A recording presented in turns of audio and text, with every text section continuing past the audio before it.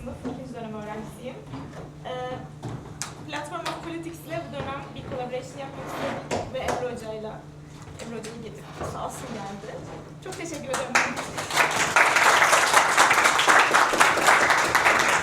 Hello everyone, my name is Eren. I'm a third year economics student. I represent the Platform of Politics, and today we organize a joint event with Economics Research Union. And today we will talk about Türkiye-China Economic Relations. And thank you everyone for joining the event.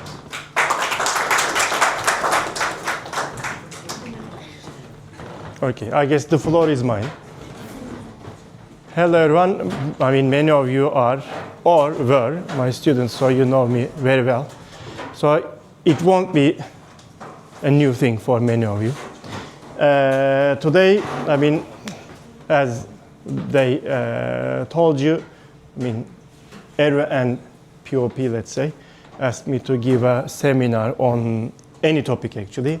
So because the invitation came from the Economics Research Union, I thought that maybe I should be talking about some things related to economics. But as my IP students know, we cannot like distinguish politics from economics. So it's going to be a combination of the two. So I will be talking about Turkey and China economic relations. But before I start, I would like to thank for the invitation. Even though I'm quite busy, I cannot say no to my students. Therefore, I accepted the invitation. So here, because the title they had given was Türkiye-China. In the title, I used Turkey, but after that, because it's easier to say Turkey, I will switch to Turkey. So this, I mean, I will not be talking too long in case you want to ask questions, because we have something like an hour long time right here. So I will talk something like half an hour and leave the rest for the Q&A if you want to ask questions about this. I think highly important because of the huge trade deficit we have with China. But I don't think, I mean, until recently, the government didn't think it was that problematic. But since a few years, they also consider this as a hugely problematic relationship. Because as we will see, Turkey's trade deficit with China consists of Turkey's 60% of all trade deficit. So it's a huge deficit that we are talking about. So we need to do some things to overcome. So my talk will be based on this article. Some of you, because I made it compulsory to read. Some of my students are reading this article, but this talk, but only a few, like some parts of it, is based on this article that Veysel and I recently published in Turkish Studies.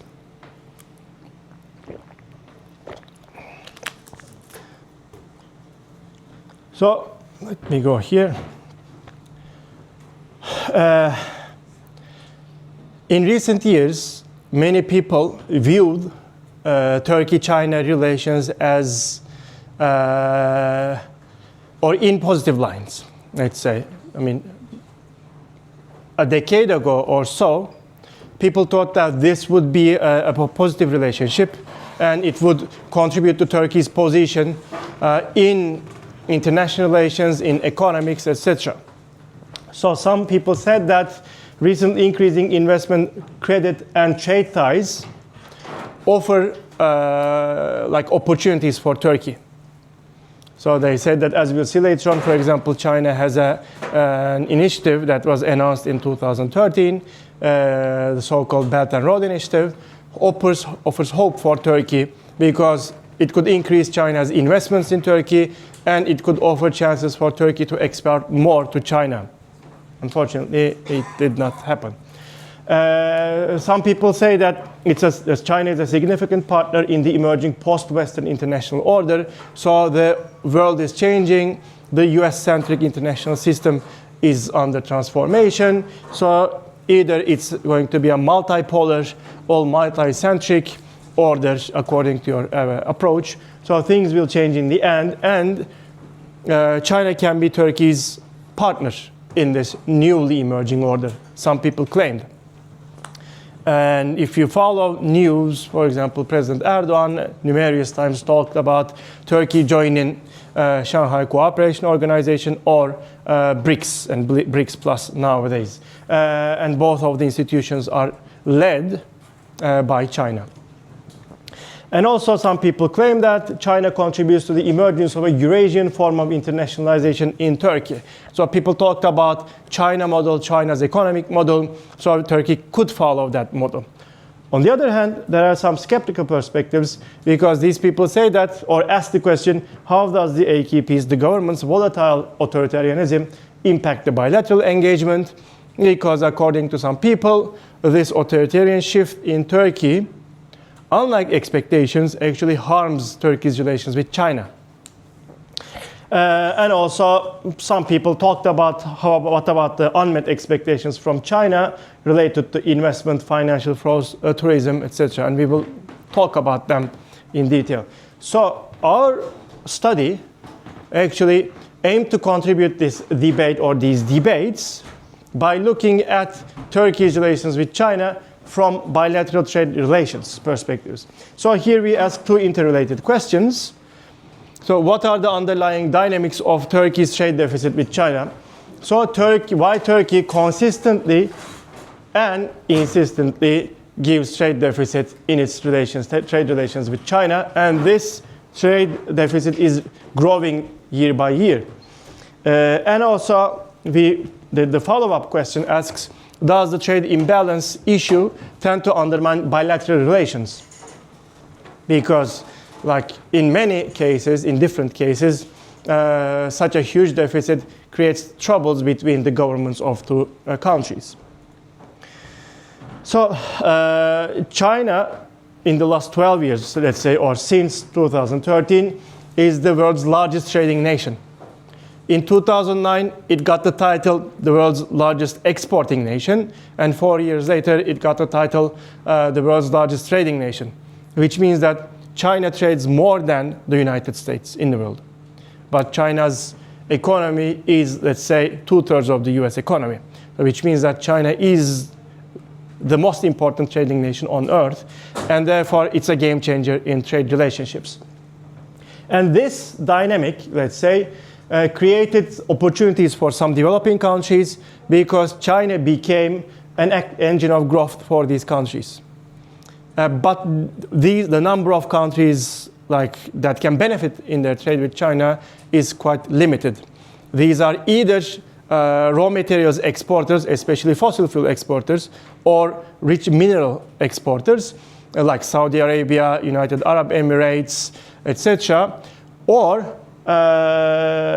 like the ones that are tied to China's regional or global value chains, like Malaysia, Vietnam, etc. So the countries that export to China more than they import. We are talking about developing countries. In the developed world also, the number of countries that have trade surpluses with China is limited. Germany is one of them, but the majority of countries in the world have trade deficits. And this creates troubles, of course, in their bilateral relations. So for many other developing countries, on the other hand, and this includes Turkey also, China has become an important source of import rather than an export market.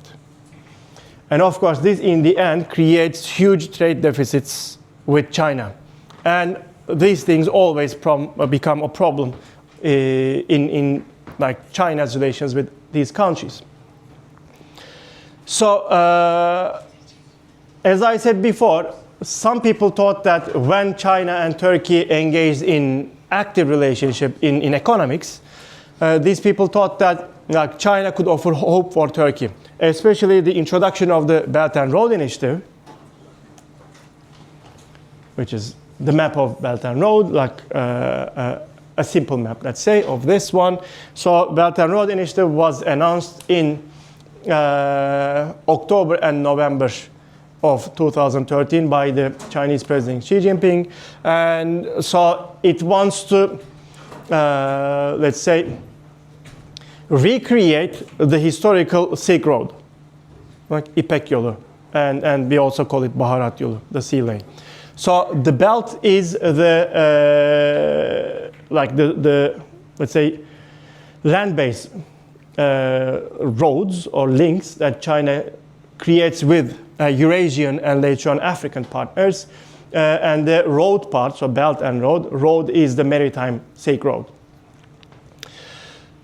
So such a huge investment opportunity created for many people the conditions of Turkey's increasing economic relations and the possibility of Turkey exporting more to China, in addition to having more investments from China. And also Turkey has its own initiative. It is called the Middle Corridor Initiative. And this one, in Turkey in Turkey's mind, it is very much aligned with China's Middle Corridor approach to its Belt and Road Initiative. So China has different corridors, the Northern Corridor, Southern Corridor, and the Middle Corridor. And in the Middle Corridor passes through Turkey. And Turkey's own understanding of Middle Corridor Initiative actually wanted to link its understanding to the Chinese BRI. Therefore, Turkey thought that Turkey could benefit from this understanding or initiative very much. And because of that, in the G20 meeting in Turkey and in Antalya, Turkey signed the Belt and Road Memorandum of Understanding with China, as well as Turkey and China aligned their two initiatives, Belt and Road Initiative and the Middle Corridor Initiative, under this also agreement. But this is just a memorandum of understanding, which means that it's like we want to align this kind of a deal. So the deal has not been materialized yet, and it's a problem for Turkey, of course. So some expected as a result that Turkey could increase its export to China. But as you can see from this table, it did not happen actually. So Turkey's exports to China stuck around $3 to $4 billion US. At times it was even lower than that. But when we look at in the last, let's say 10, 12 years, Turkey's exports did not increase, unfortunately, to China. But China's exports almost continuously increase. Yes, there are some drops in 2017, 18, 19, but they are related with Turkey's economic conditions actually. So Turkey's overall imports dropped in those years. But other than that, last year and the year before, so 2013, 2023, and 24, the trade deficit was more than 41 billion US dollars. And because of that, China constitutes 60% of Turkey's trade deficit. It's a huge deficit, and we are not talking about a country that exports natural gas or petroleum to Turkey. So Turkey has a trade deficit with Russia. That's quite understandable because we buy natural gas from Russia. It happens. Saudi Arabia, for example, has a trade surplus in its relations with China because they are exporting petroleum. That is understandable, but this is highly unexpected, especially this much trade deficit. But Turkey is not alone in this. Some other developing countries face the same problem. We will come to this later on again, but here we can see that normally Turkey exports, or maybe we can, okay, let's move on and we will come back to this later on. So here we ask in the article how to make sense of stagnant Turkish export to China and the persistent and indeed widening trade deficit with China. So how should we explain it? What are the reasons, and is there a way of overcoming that problem? So our main argument is that Turkey's trade deficit with China is a structural one. So it's not unique to Turkey, but Turkey doesn't seem to be overcoming it in an easy way. So this structure is rooted in China's position as the world's leading manufacturing and assembly hub, and Turkey's semi-peripheral position. I will talk about them more in the coming slides. So because of that, initiatives like the BRI, the MCI, cannot substantially increase Turkey's exports to China, therefore decrease Turkey's trade deficit with China. So China needs to do more for that. Turkey needs to do more. So since the 1980s, so in the last few decades, as China started to open itself to the outside world, it emerged as the foremost manufacturing hub of the global economy. So in time, Chinese local producers have become globally competitive, especially in low and mid-tech manufacturing. So, and because of that, countries that focus on similar products in producing locally and exporting them, like Turkey, face constraints in their exports to China. So China already produces these goods and with lower costs. Therefore, it's hard for Turkey and similar countries with similar export baskets to sell them these goods to China or enter into the Chinese market. But also, in the last decade or so, China has become the globally largest center of manufacturing and assembly in high-tech sectors as well. So it's not only low and medium technology products, but also high technology products.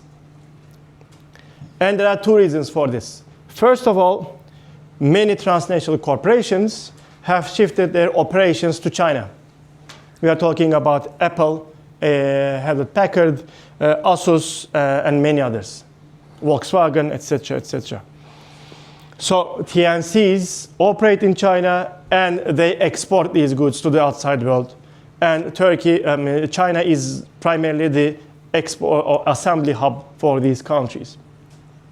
But also, quite recently, Chinese companies have become innovative as well. So Chinese car companies, for example, EV cars, or electric vehicles or electric cars dominate the market globally. Or many like China brands, the laptop that I'm using, for example, Lenovo is a China brand, and they're also exporting similar items. Therefore, both Chinese companies and global corporations produce and export in China. Therefore, China in recent years have become like center of manufacturing both in low and mid technology and high technology sectors.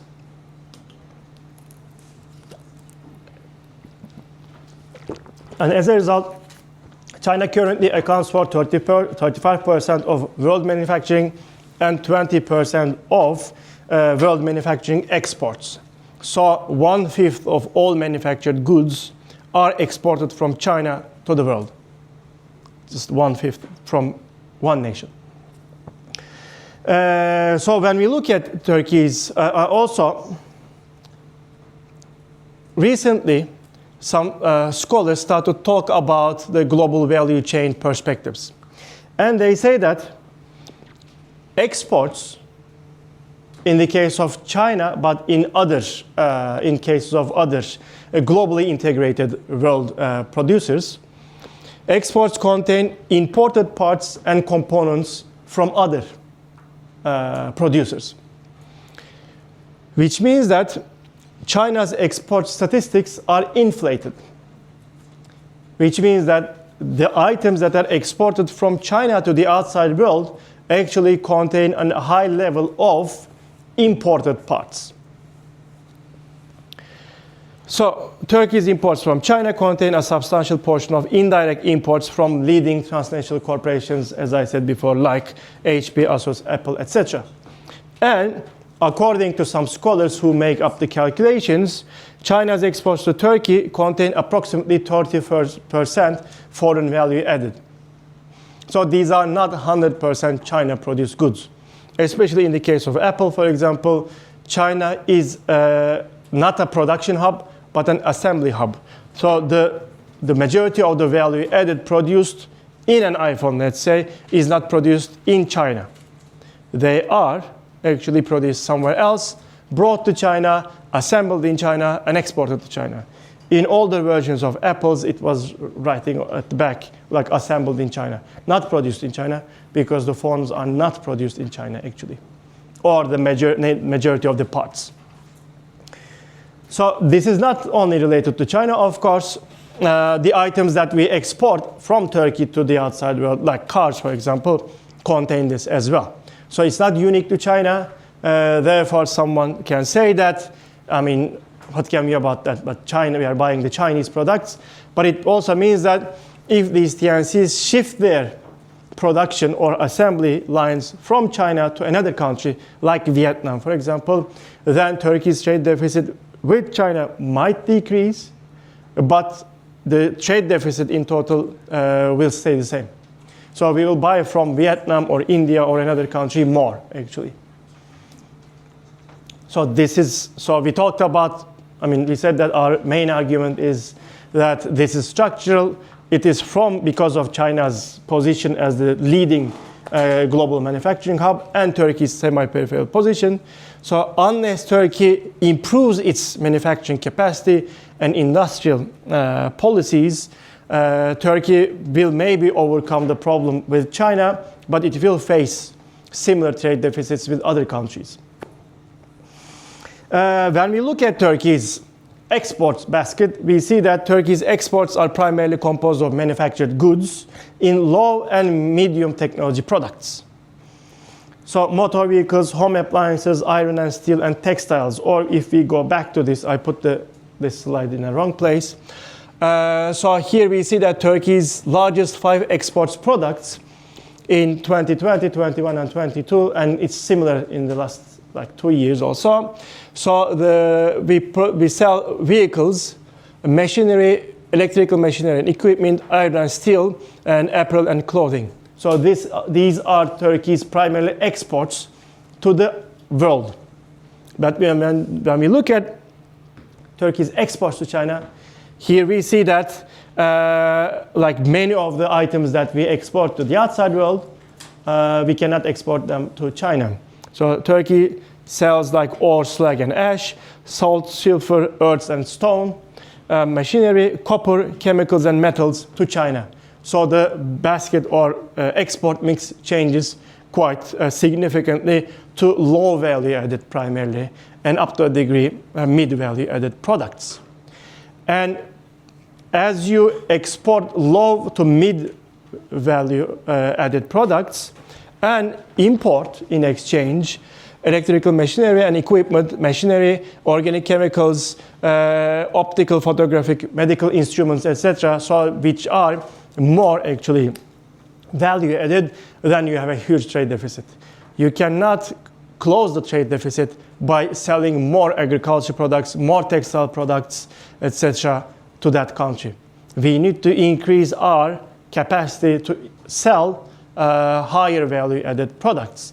But it's not easy to do, of course.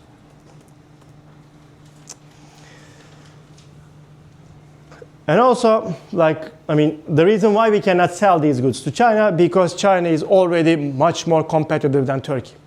Right? So we cannot sell them because China produces them for lower prices.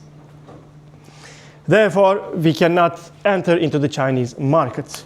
But as I said before, this is not unique to Turkey. Other countries with similar export baskets, like Brazil, for example, face similar problems. Therefore, only the countries that either exports high value-added products or raw materials or commodities can export more to China than they import. But even those countries are unhappy with this, of course, relationship.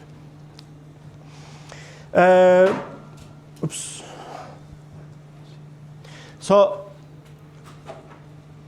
even though some bureaucrats or ministers consider this unequal relationship as a problem in the past, in recent years, the number of people criticizing this deficit increased more and more. And Turkey nowadays considers this trade deficit as a major problem in its relations with China. That's not the only major problem, because I'm not going to go into details of that, but there's this Uyghur issue also, which is a political matter. But in terms of economics or in other matters, this is trade deficit is the major problem, because this is a country that we are giving 60% of our trade deficit to. Therefore, in recent years, Turkish government, in support of different sectors leadership, like business elite, started to put let's say, limitations to China's exports to Turkey. So Turkey started anti-dumping investigations and put additional tariffs on Chinese imports. So for example, Turkey put, even before the European Union, a 40% tariff on cars imported from China. This was initially put on electrical vehicles. Then all cars coming from China were included in the picture or in the tariffs. And there are exceptions to this. If a Chinese company makes an investment in Turkey, then we decrease the tariffs to, depending on the deal, 0 or 5 to minimum. BYD, because of that, can sell Turkey tariff-free, even though they have not made a single investment or like a dollar's worth investment yet. And also, Turkish solar equipment producers are highly eager to protect the Turkish market and producers. And because of that, Turkey has put tariffs on Chinese solar energy equipment. So in 2017, initially, Turkey put anti-dumping tariffs on such goods from China. And 2 years ago, so in 2023, in addition to China, these anti-dumping measures were extended to several third countries like Malaysia, because Chinese corporations make investments in those countries and sell through Malaysia, Indonesia, or other countries. Therefore, as Turkey wanted to strengthen, let's say, its limitations on Chinese imports, Turkey included these countries on its list of tariffs as well. But the thing is, we are currently with Veysel and with Sırma Altun and someone else, we are working on a new, let's say, paper on Turkey's solar panel and solar energy relations with China. But the thing is, Turkey can produce solar panels, but in terms of higher value or higher technology products, Turkey is still reliant on China, like solar cells, etc. So we are continuing to import from China, and China's share is 90%, even though we put these tariffs. Because even when we put tariffs, they are producing much cheaper than either Turkish producers or other producers in the world. In addition to that, some decrees were issued under the prevention of the unfair competition. And with this, additional tariffs were put on Chinese imports across various sectors like construction materials, textiles, baby carriages, air conditioners, auto parts, etc. So Turkey is doing its best to limit its imports from China, but as the table showed, actually we cannot limit them. They are so efficient in producing, and their production costs are so low that even tariffs cannot stop them from exporting to Turkey more and more. So people ask, of course, and we also ask, how can we overcome this problem, right? I mean, there should be a way to overcome the problem. So some people claim that Chinese capital flows could bring balance to this trade deficit. So maybe we cannot lower the trade deficit, but maybe we can lower the total economic relations deficit by increasing investments from China through credits or with tourism. So through services, etc., maybe we can have surplus in this part, and therefore the problem that we are facing with the trade deficit could be eased up to a degree. So currently, Chinese investment in Turkey to be estimated over $5 billion US. When you look at the central bank, Turkey central bank's numbers, it's much lower, but this is the actual amount, because they are only considering greenfield investments, which are like new investments, not like mergers and acquisitions or buying an already existent company.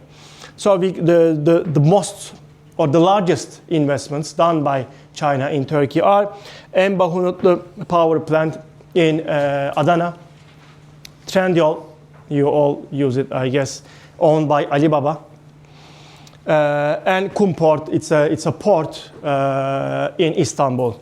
BYD promised to make $1 billion worth of like investment or in Manisa to produce 150,000 cars per year. We are still waiting for the investment to be done. Actually, BYD CEO recently told that, I mean, in quotation marks, we are very efficient and rapid in building factories. We think that we can build it in a year, so we expect it to be completed at the end of 2026, so next year. I'm not sure, but we'll see.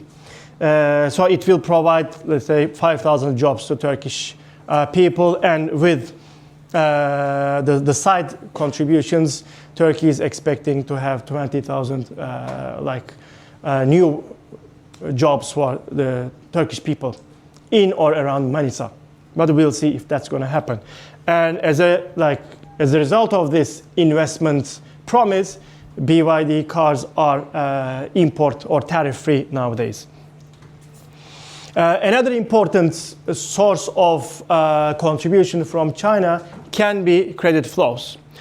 By the way, before I skip to this, so $5 billion might seem high to you, but actually it's low. Considering Turkey's relations with, for example, Netherlands or other Western countries who made investments in Turkey, $5 billion is quite low. I mean, it needs to be at least more than 10, maybe 15 billion, so that we can consider China as an important source of investment in Turkey. So in recent years also, the inflow of development financing from Chinese policy banks like China Exim Bank, Export-Import Bank, China Development Bank has been growing. In the last few years, Turkey received over $3.5 billion from China. There are also swap agreements between the two countries. But the thing is, these are tight financing primarily, which means that China is lending support to Turkey to buy products from China back again.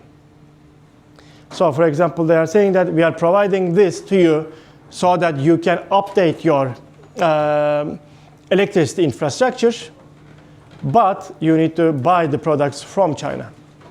So it's kind of giving credit to help Chinese producers. So it's not so much in favor of Turkey, let's say. And also there's an institution called Asian Infrastructure Investment Bank, which is led by China, but Turkey is one of the founding members. But also Turkey is one of the most active members and recipients of credits from the AIB. And Turkey has taken over $5 billion from the AIB. It's an important source of investment support, let's say, for Turkey, but still, like, this is not for free, actually. And the AIB's interest rates are quite higher than other development banks like Asian Development Bank or, let's say, World Bank. And finally, tourism. Like many people in Turkey in the last 10 or more years hope that Chinese tourists coming to Turkey would increase. Turkey hoped that the number of Chinese tourists would be over 1 million in the year 2020. It didn't happen. But it was on an increasing track previously. So the number of tourists coming from China to Turkey was 410,000 in 2020. But after that, because of COVID, China shut itself down to the outside world, so Chinese tourists did not go abroad. In 2023, the number was approximately something like 280,000. Last year, it increased to 410,000 again. So in 2019, it was approximately 410,000. Again, we are back in the same let's say number. But the thing is, last year, 146 million Chinese tourists traveled abroad, and only 400,000 of them came to Turkey. So this is a very, very, very small part of Chinese tourists circulating worldwide. And the best part of having Chinese tourists is that they spend too much money. So before COVID, I did not check the numbers recently, but before COVID, the average amount of money a Chinese spent in Turkey was approximately $3,000 in a week. But the rest, so all tourists from the other parts of the world, spend approximately $700 a week. So Chinese tourists were like highly profitable. I mean, they are, because they spend too much money when they visit the country. So if Turkey can increase the number of Chinese tourists to a few million, then it will contribute to Turkish tourism industry quite a lot. So Turkey needs to invest in this, but it's not easy. So to conclude,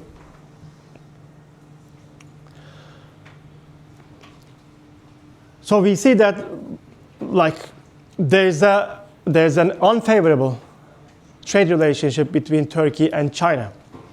And this creates an important problem for Turkey. And literature talks about deindustrialization, not only about Turkey, but in general. So because China is increasing its manufacturing capacity and exports to other countries, many countries, including Germany, are under the threat of deindustrialization because of China. Most probably you heard about like news talking about Turkey's textile giants, let's say, leaving Turkey and carrying their production sites to Egypt because of high production costs in Turkey, right? Recently Collins went there. Some others either shut down their production in Turkey or moved their production to Egypt or other places. And recently Abdullah Keely said similar, even though a few years ago he hailed the economic policies of the government. So nowadays they are facing the problem also. So this deindustrialization danger creates a competitive and contentious dynamic in bilateral relations. This is a problem for Turkey, of course. And also, to be able to overcome this, Turkey needs to pursue more active and targeted policies to attract investment and financing from China. So the amount of investment, so over 5 billion, is not enough. As I said before, for us to consider China is an investment source, an important investment source, we need to increase the investment at least to 10, and it will be much better if we can increase it to $15 billion US. And the investment should be on higher value-added production. And also, financing from China, like credits, tight credits or not, or also tourism needs to be increased very much. And because of this structural nature that we talked about of the trade deficit, this presents a challenge which is very hard for Turkey to overcome in the short term. And to be able to overcome this problem, we need a longer-term strategy that will focus on an industrial policy to reindustrialize, not but reindustrialize Turkey, especially in mid to high technology sectors, so that we can penetrate into Chinese markets and increase Turkey's position in the global economy. I say and stop here. Thank you.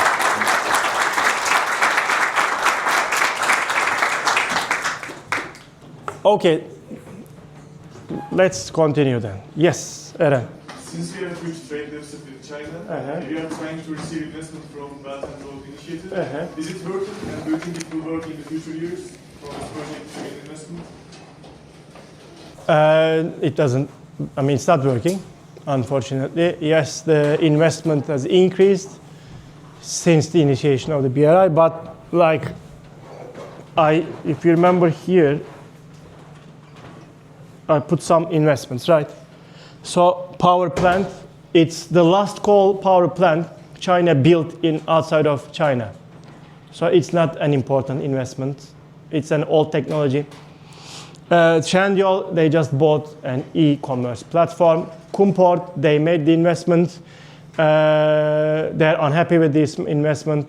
I think if they can, they could sell actually. So among these ones, only BYD seems to be a proper source of investment. And also, so for example, Huawei is doing some things in Turkey, some investments or other business deals, but the thing is they do not share their technology with Turkey. But if investments do not include knowledge transfers, then they are just in like low quality investments. Therefore, we need to increase that aspect as well. Do you think in the future years this problem will be solved from China? I'm not very optimistic, let's say, about that.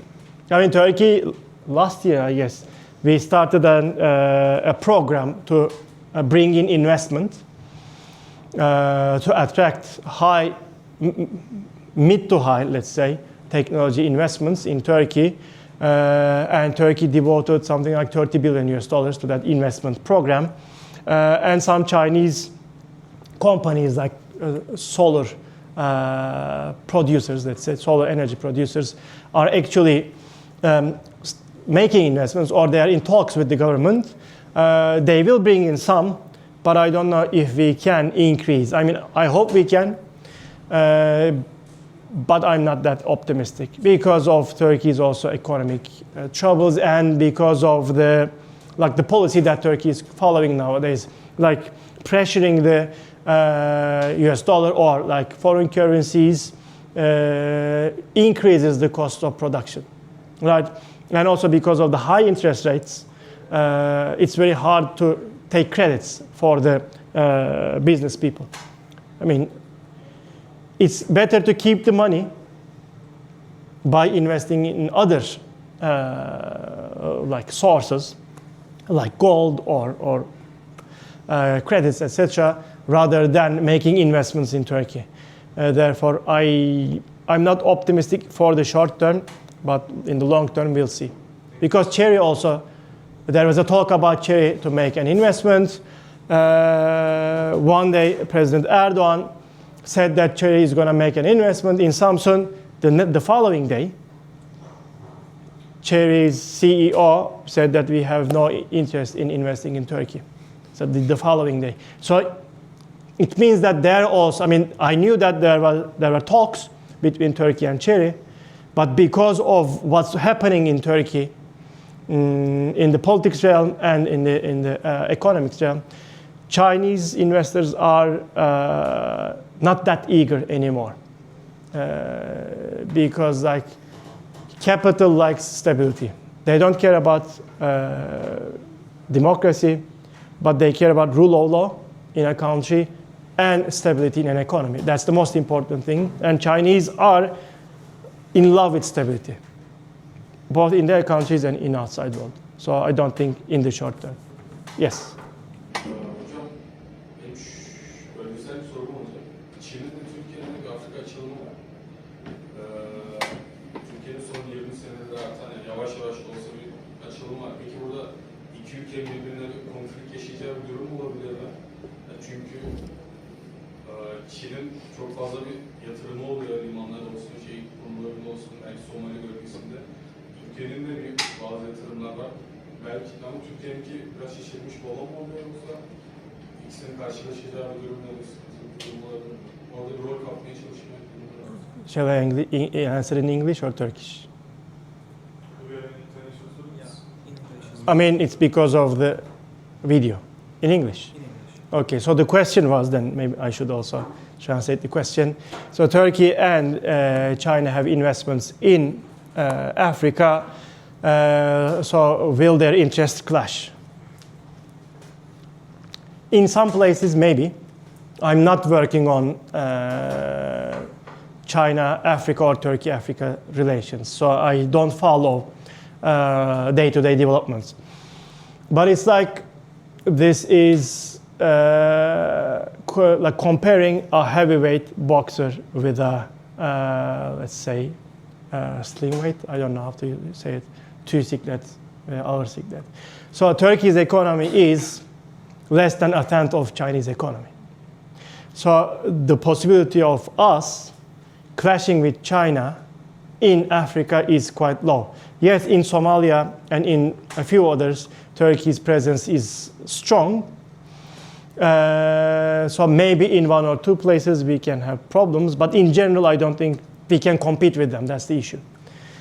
Even Westerners, like developed countries, cannot compete with China in Africa, either because they have conditional investment opportunities, or they provide conditional investments like transparency, like democracy, etc., which Chinese do not, or Chinese are more eager to, let's say, make investments in more risky places.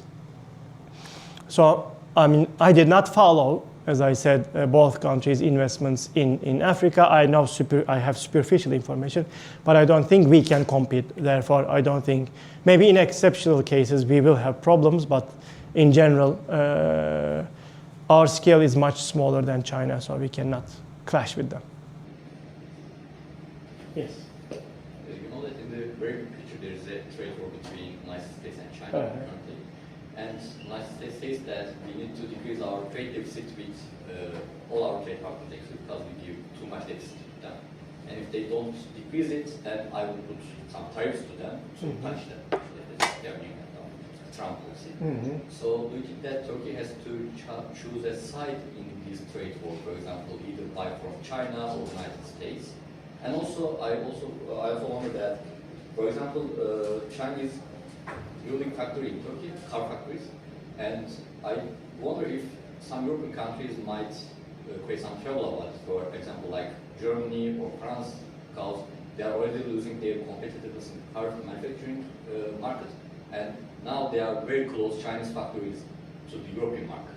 So do you think that they might create some trouble? So actually, the main question is that do we have to choose a side between Western? No, we shouldn't be choosing a side, because choosing a side, either Chinese side or US side, won't be beneficial to us. Because Trump administration is saying that, I mean, they are following, let's say, neo-mercantilist policies, and in that, like, they are not favoring Turkey also. So why should we be favoring the United States? Or in the Chinese case, as we have recently seen, they are not also favoring China. So Turkey should follow policies that would be, or that would maximize its interests as much as possible.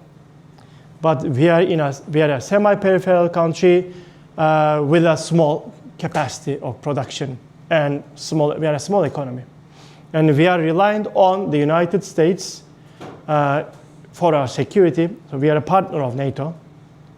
Yes, we have a strong army, blah, blah, but we are trying to buy from the United States, right? Or from Westerners, like the air defense systems or like warcrafts, etc. Because we cannot buy from China or Russia, or even, or when we buy, we have troubles. But China is an important source of intermediate goods also for Turkey. So we need to buy some things from China so that we can use those goods, intermediate goods, to produce the final product to sell to Western markets. So a better policy would be to benefit as much as possible from both sides by following a carefully planned policy. For the other one, I mean, yes, no country is happy with Chinese manufacturing capacity overtaking their own capacity, right? But for example, Volkswagen or Tesla, these car companies, or Renault, they have investments in China. So they cannot force us or force other European countries to shut down the factories, because then China could do the same thing. In the past, China used to learn from them. In the electrical vehicles, Chinese are the ones who are teaching. They are not learning from the West anymore. They already learned, they acquired the information that they need to acquire. And also, BYD was considering the investment in two countries. One of them was Turkey, and the other one was Spain. So Chinese companies are making investments in Spain, in Hungary, in other places as well. So Europeans also want them to make investments. Maybe not the car production, but battery production, etc. So this is, I mean, this is a highly integrated, globalized world. Yes, there are some frictions, like trade wars, etc. But still, you cannot like totally decouple economies from each other. It's possible. We have seen this in the last decade, let's say, since the first Trump administration. The United States is trying to do it. China is trying to do it also at the same time, but they are not successful because it's already too much integrated into each other. So we are talking about the global value chains. They are not like national value chains anymore. So I don't think EU can pressure us on that. Can I ask one more Yes, yes. last question? At the beginning of the presentation, you said that increasing authoritarianism in Turkey actually have a bad effect between the China and Turkey relationship. But as far as I remember, you didn't clarify it. I wonder why it has effect. So it's like that was. So I was presenting some perspectives. Never mind.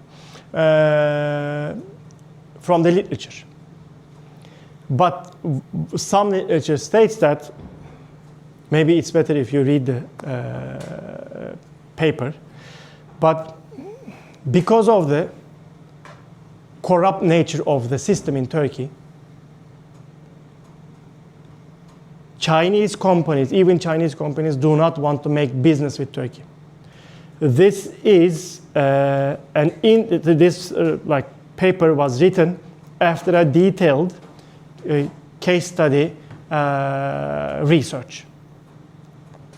I mean, I know the authors because they were both my supervisors previously during my PhD, and they say that because of this problem in Turkey, China stopped making investments in Turkish ports, but they are preferring other ports like the Israel ports, the Greece ports, etc. So because China always like to deal with the governments, they don't talk to like opposition figures, etc. But they don't want to be sidelined because of, let's say, predatory practices of domestic elite. The article is saying, I'm not saying, to clarify, I don't want to be in trouble in this country. Any other questions? No questions? Then we can complete the session. Thank you very much, arkadaşlar.